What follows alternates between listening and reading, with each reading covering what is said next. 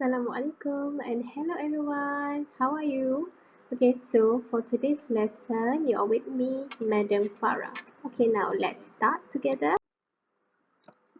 Now, there are two, your learning standard and your lesson objective. Okay, so for your learning standard 3.2.3, you could guess the meaning of unfamiliar words from clues provided by visuals and the topic. 3.2.1, understand the main idea of short simple text. And for your lesson objective, you should be able to guess at least 3 unfamiliar words in the graphic organizers. And number 2, you can read and transfer at least 3 information based on the questions correctly. Okay, now you get your Get Smart Plus 3 textbook and turn to page 48. Okay, so this is page 48. Okay, now before we start, we're going to go through the new vocabulary. Okay, maybe it's new for some of you and maybe it's not.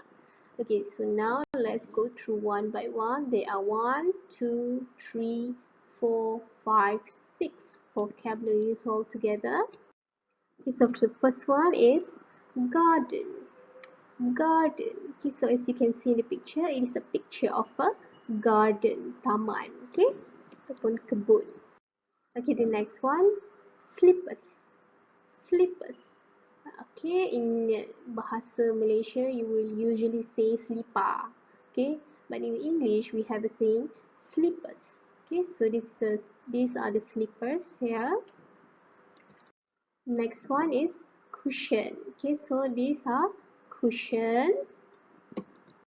The next one, dining room. Dining room is ruang makan, okay, where you eat. Okay, this is an example of a beautiful dining room. Okay, next one is mat. Okay, mat that looks like this. This is just an example. Usually, mat has a lot of drawings, sometimes abstract colors. Okay, so this is an example of a mat. Okay, and then this is a wall, okay, grey wall, okay, dark grey wall dinding, okay. Now we can read the text. Okay, the title of the text, title tajuk.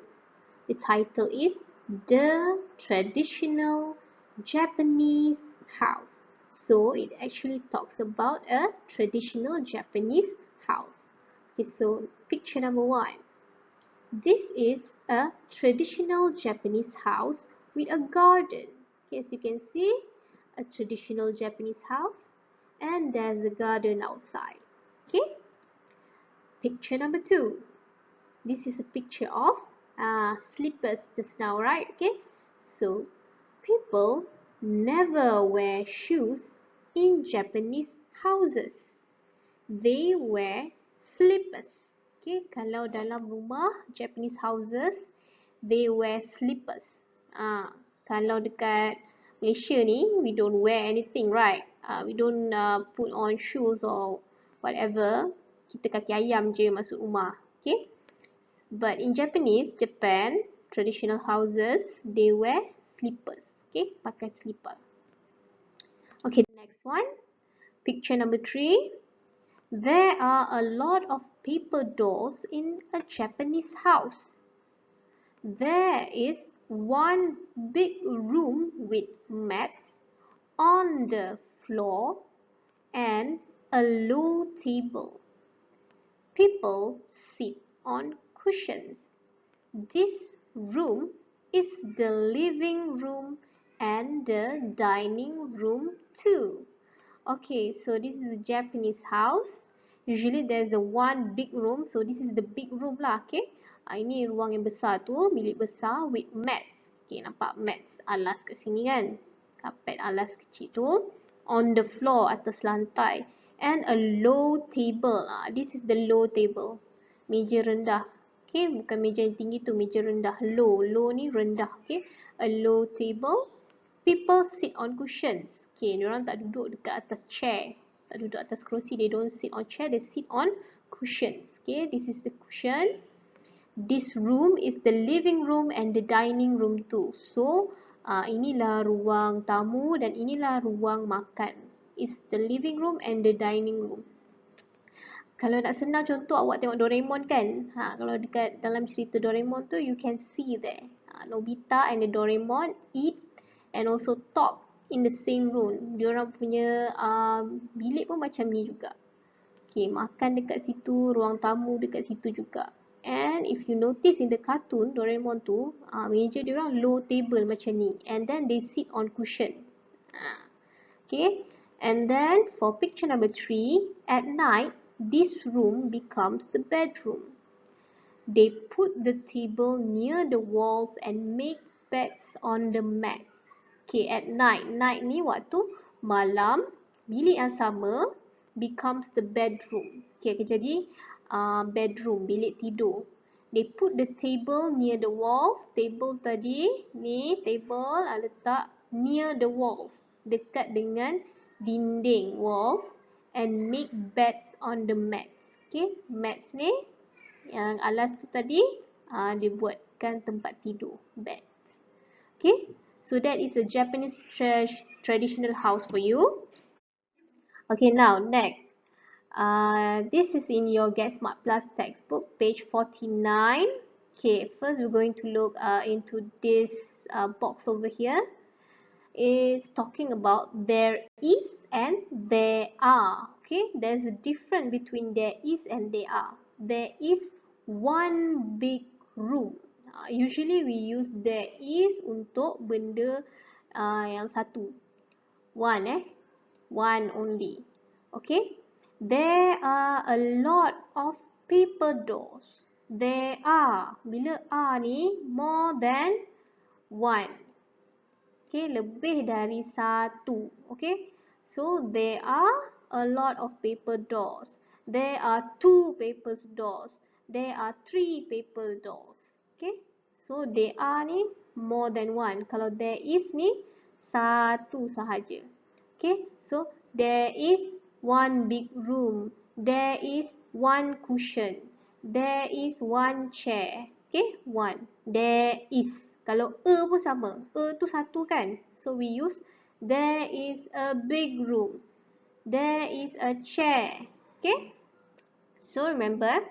Okay. So for your task, you need to read activity 1 just now. Yang tadi yang kita dah baca. And answer the questions about the traditional Japanese house. So I want you to copy this and answer the question. Okay, bulatkan. What do people wear inside? For example, cikgu bagi contoh dah, slippers. Okay. So now, next. Okay, let's look at houses around the world. Reading text. Okay, ini cuma contoh. Nanti kita akan go through after this lesson. Untuk lesson akan datang. Okay, this is just a snip of what you're going to go through after this lesson. Okay. So, we're going to talk about a Mongolia house. Mongolia. Okay. I hope I pronounce it right. Okay, Mongolia. Okay, let's try and read. The people who live as herders of sheep and horses shelter in yurts or gurs which are folding homes. The yurt has a light wooden frame over which a felt cover made from sheep's wool. The felt gives protection from the weather and insulates against cold and heat. Okay, so this is a traditional house Mongolia. Okay, so the people who live, okay, usually yang tinggal dekat dalam sini, shelter in the yurts. Yurts or gurs ni benda ni lah. Okay, folding home, dia ada light wooden frame. Okay, ada light wooden frame. Okay, which a felt cover. Okay, ni semua daripada felt yang kat luar ni felt cover made from sheep's wool. Okay, the felt give protection from the weather and insulate against cold and heat. Felt tadi tu, yang kain tadi tu, kain felt, dia memberikan protection. What is protection? From the weather and insulates against cold and heat. Okay.